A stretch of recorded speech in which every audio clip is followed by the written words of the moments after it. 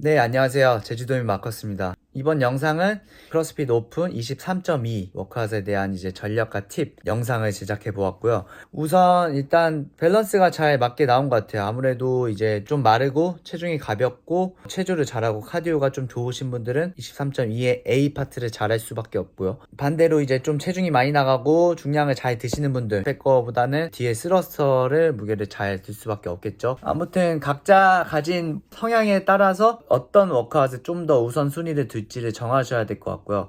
우선은 버피 풀업이나 셔틀런 같은 경우는 사실 동작이 크게 막 테크닉적인 동작은 아니거든요. 그래서 좀 되게 단순한 동작 중에 하나고, 또 그 안에서 조금이라도 더 효율적으로 할 수 있는 방법을 고민을 해서 제가 동작에 대한 팁들을 좀 드릴 거고요. 그 다음 트러스터 같은 경우도 조금이라도 더 성공률을 높일 수 있는 이런 팁을 드리려고 영상을 제작을 했고요. 제가 했을 때 느낌은 15분이라는 시간이 짧지 않아요, 결코. 굉장히 긴 시간이고, 그 시간 동안에 내가 꾸준하게 끝까지 유지할 수 있는 페이스를 가져가는 게 저는 정말 중요하다고 생각합니다. 그래서 제가 생각하기에 요 워크아웃의 진짜 시작은 15개 지난 이후부터라고 생각하셔도 되거든요. 그래서 20개부터 소위 말해서 털리기 시작합니다. 20개부터. 그래서 제가 좀 드리고 싶은 팁은 이 20개, 25개, 많이 해봤자 30개 넘기거나 30개 하다 끝나거나 할 거 아니에요? 그래서 이 구간이 왔을 때 굉장히 생각보다 많이 털리고 힘들 거란 걸 좀 멘탈적으로 생각을 하고 있고, 그 구간에서 이게 중요한 것 같아요. 이렇게 막 무릎 잡고 쉰다거나 초크를 바르면서 쉰다거나 요런 동작이 안 나오게 개수가 끝날 때까지 꾸준한 페이스로 안 쉬고 개수를 채우는 게 굉장히 중요한 것 같아요. 사실 셔틀런은 그냥 크게 차이 안 나요. 오히려 셔틀런에서 너무 오버페이스해서 심박을 너무 높여버리면은 버피 풀업에서 너무 처지게 될 것 같아요. 그래서 버피 풀업에서 처지게 되면은 기록이 확 차이가 날 수가 있거든요. 그래서 아무튼 최종적으로 정리를 해보자면은 셔틀런은 오버페이스 하지 않고 심박이 너무 높게 올라가지 않을 정도로 좀 컨트롤 해주면 너무 좋으실 것 같고요. 그 다음에 버피 풀업에서 무릎 잡고 쉬거나 막 초크 바르면서 쉬거나 이런 동작이 가능한 안 나오게 내가 지금 버피 풀업 하는 개수를 시작부터 끝까지 다 채운다 생각을 해주셔야 됩니다. 특히 15개 지나고 20개 구간부터 굉장히 힘들어지니까 그때부터 멘탈적으로 좀 준비를 해놓고, 그래도 힘들지만 동작의 좀 템포를 조절하든지 속도를 조절하든지라도 해서 이 동작을 개수가 다 끝날 때까지 버텨준다라는 느낌도 좋고, 개수를 다 채워주고 그냥 셔틀런에서 진짜 걷듯이 뛰면서 쉬자, 이런 느낌도 괜찮으니까 버피 풀업에서 계속 꾸준하게 가주는 거, 이게 정말 중요합니다. 그래서 아무튼 이렇게 전략을 잡고 진행해주면 좋으실 것 같고요. 제가 동작마다 조금 더 효율적으로 할 수 있는 팁 동영상을 찍었고, 요 영상들을 확인하시면서 나한테 제일 맞는 방법으로 조금이라도 동작을 더 효율적으로 해서 기록을 앞당기시면 좋을 것 같습니다. 바로 동작 팁 영상을 보시죠. 오케이, 자 그러면은 동작 팁, 셔틀런 동작에 대한 팁 먼저 드리면은, 우선 저 같은 경우는 그냥 8스텝마다 발을 바꾸는 방법으로 갔어요. 왜냐면은 저는 이렇게 왼발을 축으로 돌 때는 불편함이 없는데, 오른쪽 발로 이렇게 축으로 해서 턴을 할 때 조금 어색하고 불편한 느낌이 있어서 그냥 저는 계속 한쪽 방향으로 돌았거든요. 8스텝으로. 그래서 저처럼 반대쪽 발을 축으로 했을 때 만약에 좀 불편함을 느낀다, 그러면 제가 한 방식으로 8스텝으로 가서 한쪽 방향으로 계속 턴해주는 방법을 추천을 해드리고요. 반대로 나는 턴하는 게 양쪽 왼쪽이든 오른쪽이든 크게 차이가 없다, 그러면은 9스텝에 가는 방법도 있어요. 그래서 9스텝으로 가서 계속 이 축이 되는 발을 여기로 갈 때는 왼쪽, 여기로 갈 때는 오른쪽 바꿔주는 거예요. 그래서 일단은 요 두 가지 방법이 가장 많고, 제가 일단 이 두 가지 방법을 다 보여드릴게요. 일단 8스텝으로 하는 방법 먼저. 자, 시작하면 하나, 둘, 셋, 넷, 다, 여, 일곱, 따다, 여덟. 하나, 둘, 셋, 넷, 다, 여, 일곱, 따다, 여덟. 요게 한쪽 방향으로 계속 가는 8스텝 방법이고요. 그 다음에 9스텝으로 하는 것도 보여드릴게요. 자, 하나, 둘, 셋, 넷, 다, 여, 일곱, 여덟, 아홉. 하나, 둘, 셋, 넷, 다, 여, 일곱, 여덟, 아홉. 요런 식으로 계속 축이 되는 발을 바꿔주면서.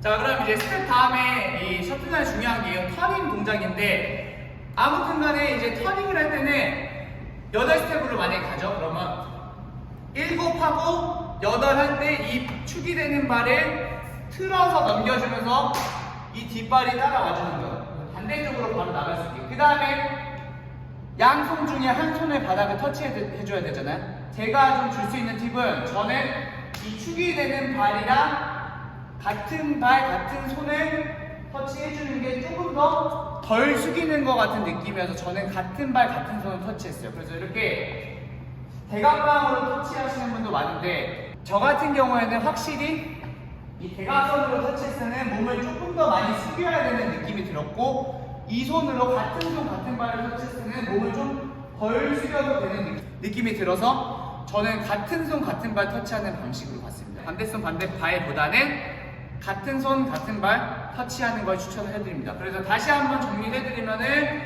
마지막 7, 8번째 스탑에 축이 되는 발을 돌려서 넘겨주고 그대로 뒷발이 따라와주면서 같은 손, 같은 발. 같은 손, 같은 발. 요렇게. 그리고 이렇게 스쿠핑하는 방법도 있는데, 저 같은 경우 그냥 톡 찍고 바로 뛰어갔어요. 이렇게 톡 찍는 방법도, 사실 이 스쿠핑 하는 것 자체도 저는 약간 뭐 크게 차이는 없겠지만 힘 낭비라고 생각했기 때문에 그냥 이렇게 톡 찍고 바로 뛰어나가는 방법도 연습해 보시면 좋을 것 같습니다.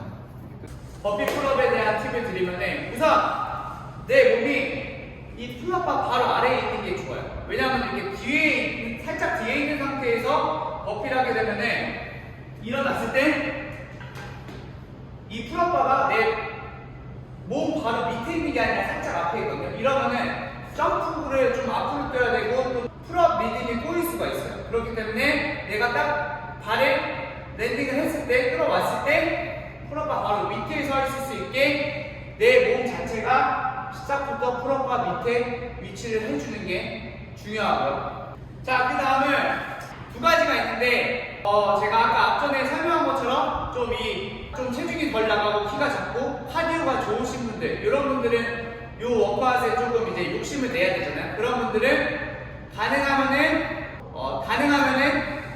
점프로 가다가, 이렇게 점프로 가다가 좀 털리기 시작하면은 점프 다운, 스텝업, 요렇게 가주셔야 되고요. 그 다음에 이제 반대로 난 좀 몸이 무겁고 카디오에 좀 자신이 없으신 분들, 이런 분들은 아예 전략적으로 끊어가야 되잖아요. 그래서 아예 처음부터 점프 다운, 스텝업, 혹은 아예 스텝 다운, 스텝업으로 가는 거를 추천을 해드립니다. 처음부터 아예 이렇게 가시는 걸 추천해드려요.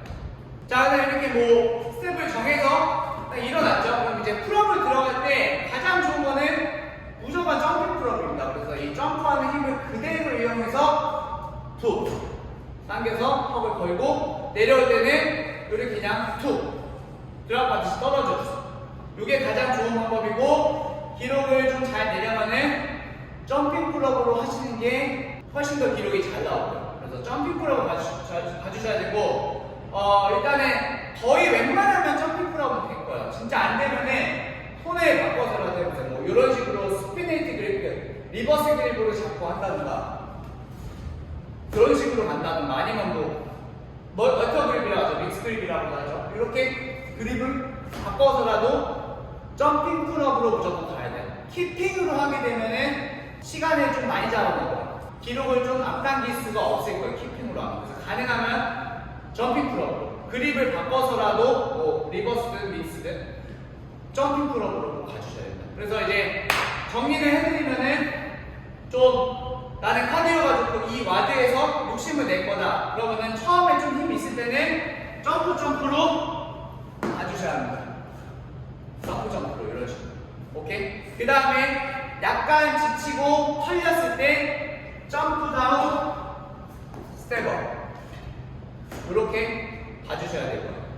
그 다음 이제 체중이 많이 나가고 카디오에 자신 없는 분들은 처음부터 아예 전략적으로 템포를 조절해야 한다고 했죠. 그래서 이런 분들 같은 경우는 그냥 처음부터 점프 다운, 스텝, 혹은 스텝 다운, 스텝업, 이렇게 가시는 걸 추천해드립니다.